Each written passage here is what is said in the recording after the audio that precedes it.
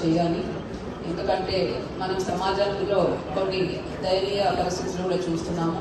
తల్లిదండ్రులు వచ్చి మాకు విన్నవిస్తుంటారు, మా కొడుకులు చూసుకోవట్లేదు సరిగా, మమ్మల్ని ఇంటి నుంచి బయటికి పంపిస్తున్నారు. ఇటువంటి కొన్ని పరిస్థితులను చూసి మీ అందరినీ కూడా కోరేది ఏమంటే, చిన్నప్పటి నుంచే పిల్లలకు తరగతి గదుల్లో తల్లిదండ్రుల్ని గౌరవించాలి, గురువులను గౌరవించాలి, అందరితో స్నేహభావంతో ఉండాలి.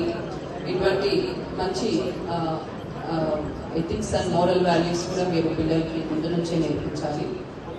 దాంతోపాటు ప్రభుత్వ పాఠశాలలో పనిచేసే ఉపాధ్యాయులకు సామాజిక బాధ్యత కూడా ఇంకా ఎక్కువ ఉంటుంది. ఎందుకంటే ఆ గ్రామంలో ఎవరైతే పిల్లలు ఈ పాఠశాలకు వస్తారో వారికి విద్యను అందించడంతో పాటు వారు రెగ్యులర్గా పాఠశాలకు వస్తున్నారా లేదా, ఎవరైనా డ్రాప్ అవుట్స్ అవుతున్నారా, ఎస్పెషల్లీ కొంచెం 8th క్లాస్